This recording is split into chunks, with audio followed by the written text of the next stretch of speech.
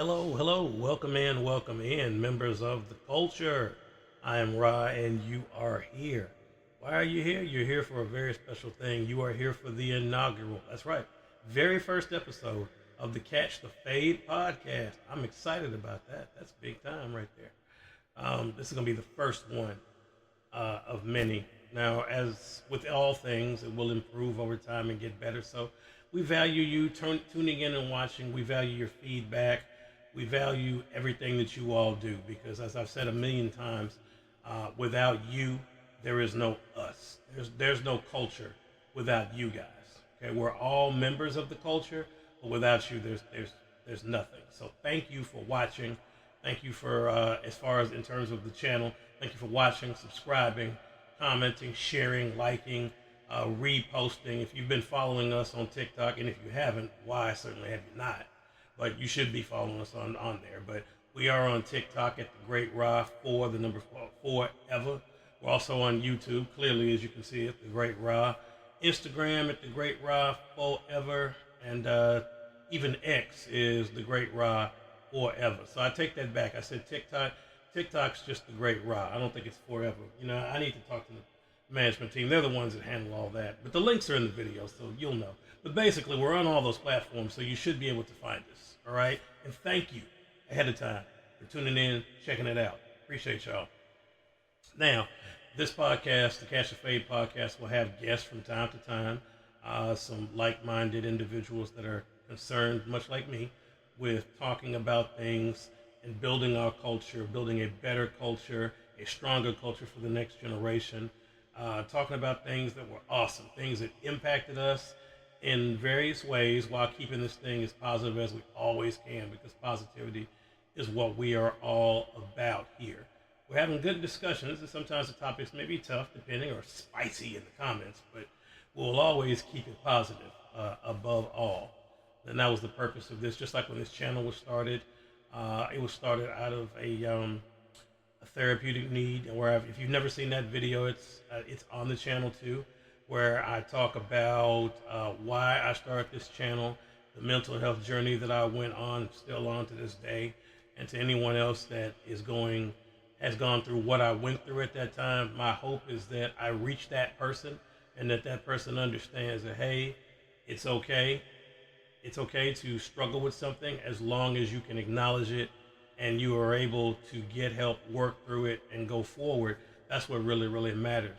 So if I'm able to help somebody on the mental health journey by enjoying this culture that we all love, that's so rich and encompasses a bunch of different things, from music to movies to video games to obviously figures, which is what we primarily talk about. But if any of those things, wrestling, which is what we're going to be talking about today, man, that's a beautiful belt, is it not? When I think of the Undisputed Championship, no disrespect to Cody Rhodes, or is it? When I think about that, I think about this belt as undisputed. This was the undisputed title. But back to what I said, if any of these topics help you on your mental health journey, then by all means, please feel free to watch, share, subscribe, and let someone else know, because we're here to help people. Now, what are we talking about on our first episode? Obviously, I just mentioned it. We're going to be talking about wrestling here. So for all my wrestling fans, this is for you. And now, wrestling has a rich and storied history. I myself here, and I'm here in Memphis, so Memphis has a very huge wrestling scene, has for many, many years, even before I was alive. Around here, our king is one and only Jerry Lawler, baby, the only king of wrestling that there is. So I came up in the era with, as far as Memphis goes, with Jerry the King Lawler, Crocodile Bill Dundee, Boogie Woogie Man, Handsome Jimmy Valiant, the Moondogs, Reggie B. Fine, baby. I'm talking about all of those. Brickhouse Brown and Snowman. The Snowman, and then of course we had what were those guys' names? PG-13. It was so much. Memphis wrestling has a huge history. R.I.P. Lance Russell, Dave Brown. They were the best to do it. R.I.P. to Lance Russell, rather. And him and Dave Brown were my Saturday morning combo. They were fantastic. And I attended it, Channel 5 in person. Yes, I did. Great times there. But depending on what era of wrestling you came from, while that's what I saw here in Memphis, there was plenty of other wrestling that I was watching. I'm here from the pre-WCW days and on, so I'm familiar with Magnum TA. Ric Flair and those Four Horsemen. The American Dream, Dusty Rhodes, baby. Yeah, of course, him. The Road Warriors. I mean, like, there's the Steiner brothers. There's a rich history that I've seen all the way to the current. I'm a huge fan of the Tribal Chief. Acknowledge the one and only Tribal Chief, Roman Reigns, if he is listening. I'm a big fan. I came up in that era. I went through the Summer of Punk. I've gone through the Ministry of Darkness. I've gone through If You Smell. Yep, him too. The Rock. I've been through all of that. And I've seen so much. I've consumed a lot of wrestling over the years, and it's been fantastic to do that. So, which is why in that time span, because I've had so much wrestling from different eras, I can kind of relate to many different fans, right? Fans of the old school, fans of the territory days, fans of the WCW versus WWF, the Monday Night Wars. Fantastic. We're actually going to talk about that primarily in just a moment. But yeah, all those days, that was me, because I'm just a fan of professional wrestling. I didn't really have a side per se. There was the Monday Night Wars, and while WWF gave us, without that, we wouldn't have the Attitude Era, which was like one of the wildest times in wrestling. So I'm grateful for the Monday Night Wars. I'm grateful for WCW, just like I'm grateful for AEW. I think the competition is good. When you don't have competition, things can get stagnant. Sometimes they can get really stagnant really quickly. So I'm really glad that happened. Now, on to today's topic in wrestling. There was one particular event, and this is the one I want to talk about today, right? I'm hoping that there's some fans out there that will actually remember this. But there was one particular build to one particular event that, if you remember it, now the ending, and I kind of might give it away here, while the ending ultimately was kind of hit or miss, depending on how you look at it, I don't think there was a better build in the year 1997 than Sting versus Hollywood Hogan in the NWO. That was a absolutely amazing long-term storytelling, which is fantastic, because nowadays we're so like this. We're microwave society. We want this guy wrestles this guy. That's it. And we move on to the next thing. And wrestling is primarily based in storytelling, right? Some stories are quick, but every story can't be microwave. We got to, that whole microwave mentality and mindset, we just got to get out of it, because the best stories in wrestling are long-term stories that have twists and turns and peaks and valleys, the ebbs and flows, whether it's the heel and the face, as you guys know, where you have this dynamic, this struggle. Will he, won't he, will she, won't she, we don't know, right?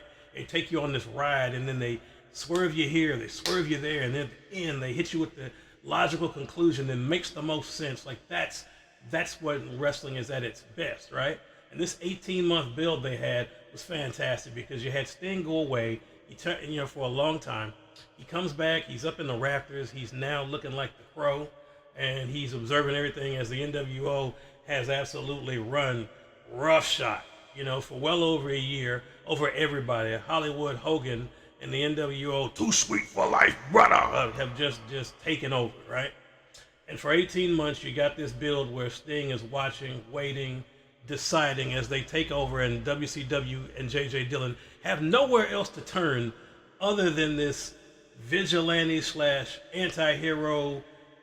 What we used to know as the man called Sting now is just this entity that has made life difficult for Hollywood Hogan and his boys, so to the point that Hollywood Hogan has to face him at Starrcade.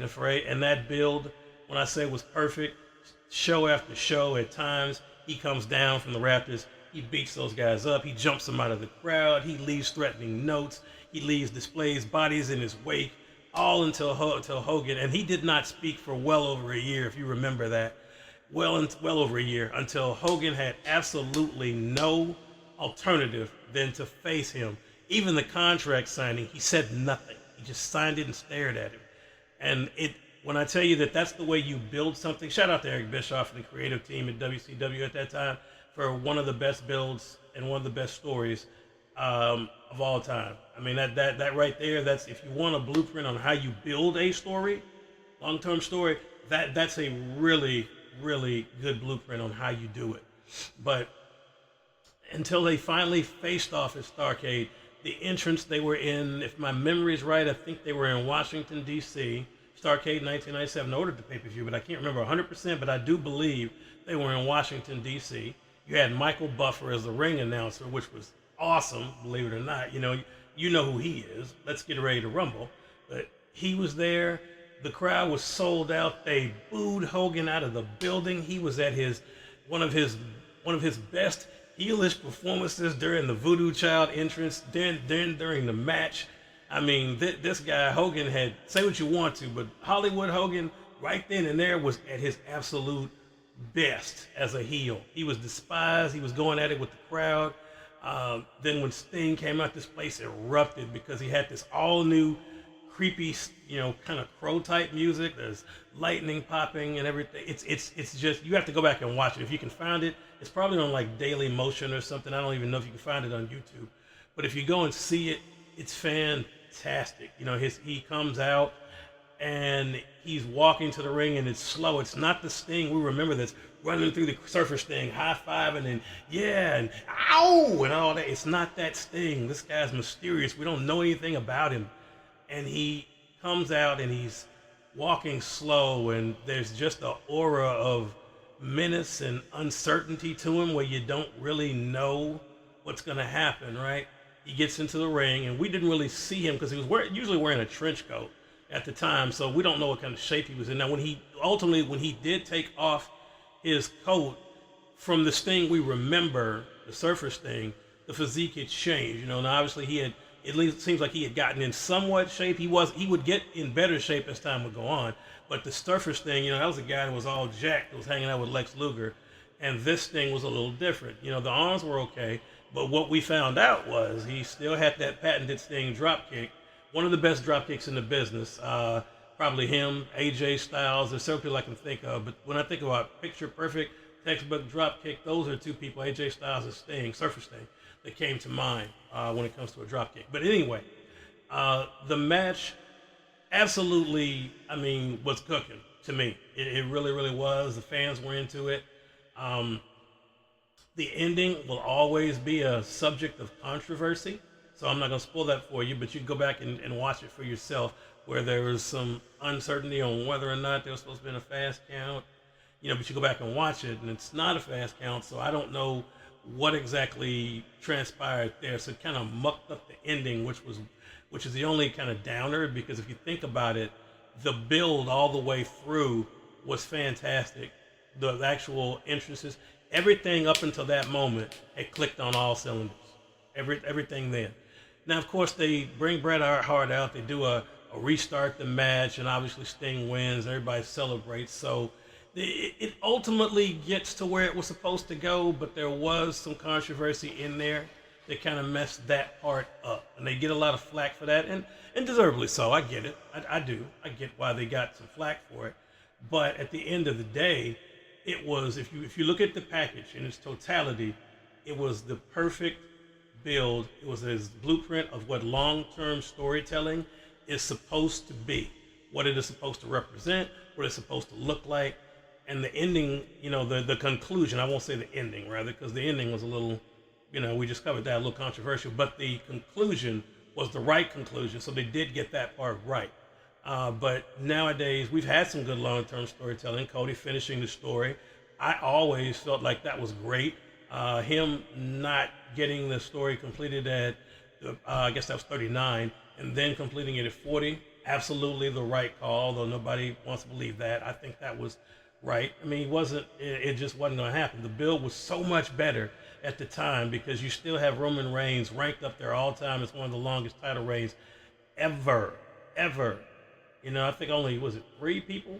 It was 4 at one point, but I think it's only 3 people in history that had a longer reign. I'd have to look that up. Somebody fact check me. I don't know it. But fantastic build there. So it's been repeated where it can happen, but I'm a fan of long-term storytelling in wrestling. I think that matters, right? Because The story is what drives it, because you can get, man, don't get me wrong, sometimes we all just want to watch a popcorn flick, right? We just want something that's just straight action, the story doesn't mean anything, and guns blazing or fighting or whatever, and you're like, man, that was a good time. And that's fine. There are times and places for that, just like there are the car crash matches that have happened in wrestling and the quick builds, the short programs. That's fine. Every program is not going to be a year or 2 year building program. I get that. You can't have that all the time. You got to have a mix, because variety is the spice of life. But we do, I think, as a whole, we are telling more stories now in wrestling than we did over the previous 10 years, because we had gotten into that quick, fast mindset, so that microwave mentality, where feuds were over really, really quick. They're not feuds. It's more or less a set of 3 matches, and that's about it. And obviously, guys, back in the day, guys wrestled forever, and I get it. And that could be, for some reason, it wasn't boring then. Chris Benoit and Booker T with their best of 7 set comes to mind. That's one. There are other series where you have guys wrestling over periods of time. Sting, his whole build with Ric Flair, forever, like working his way up the ranks, like that. We had those things where it was just meant to take time to get to where you needed to go. Those long-term stories, it was common. Now, they weren't as long as, like, say, the Sting, the Starrcade 97 build I just talked about, but they wouldn't be something nowadays like we'd say it's over with in, like, not even a month. It's just done. It wasn't like that. Back in the day, guys feuded for 3 or 6 months, or sometimes up a year, or sometimes years. It might not have been match after match, but their feud continued. It might have took a break here or there where they did not intersect directly. They were in tag team matches or part of a faction or what have you, but the feud was still continuing in a way that wasn't shoved down your throat, but it was there. It was subtle, and it was more than hinted at. So I would say it was subtle. You knew it was there, and you knew that these two were eventually going to come to a head at some point. But since it wasn't so ham-fisted into your face, it didn't really bother you, right? Because this is what wrestling was at that time. It evolves and it changes, but I think that as a whole, long-term storytelling is a good thing in wrestling, and we need more of it. To be honest, you got to have the right players, right? Because you can't have a long-term story with people that nobody gives a crap about. So I get that, but it is a good thing to have long-term storytelling when it's people that are invested in what they're doing, and you have the fans that are invested in what they're doing as well. I mean, because it's as much on the wrestlers as it is on the fans. There's got to be investment in them. They've got to be all in on it, and then the fans are all in on it, because this is an engaging story that we need to see. So that was what I wanted to talk about today, was wrestling. Are you a fan of wrestling? Did you see Starrcade 97? Have you Googled it? Were you there? Because like I said, we're talking about a diverse group of fans here. Let me know in the comments if you actually saw Starrcade, either then or now, recently, and what you thought about it. Because to me, it still goes down as one of the best pay-per-views, even though, like I said, conclusion great, ending not so much, but still a masterclass in how to build a long-term story in professional wrestling. Let me know what you think.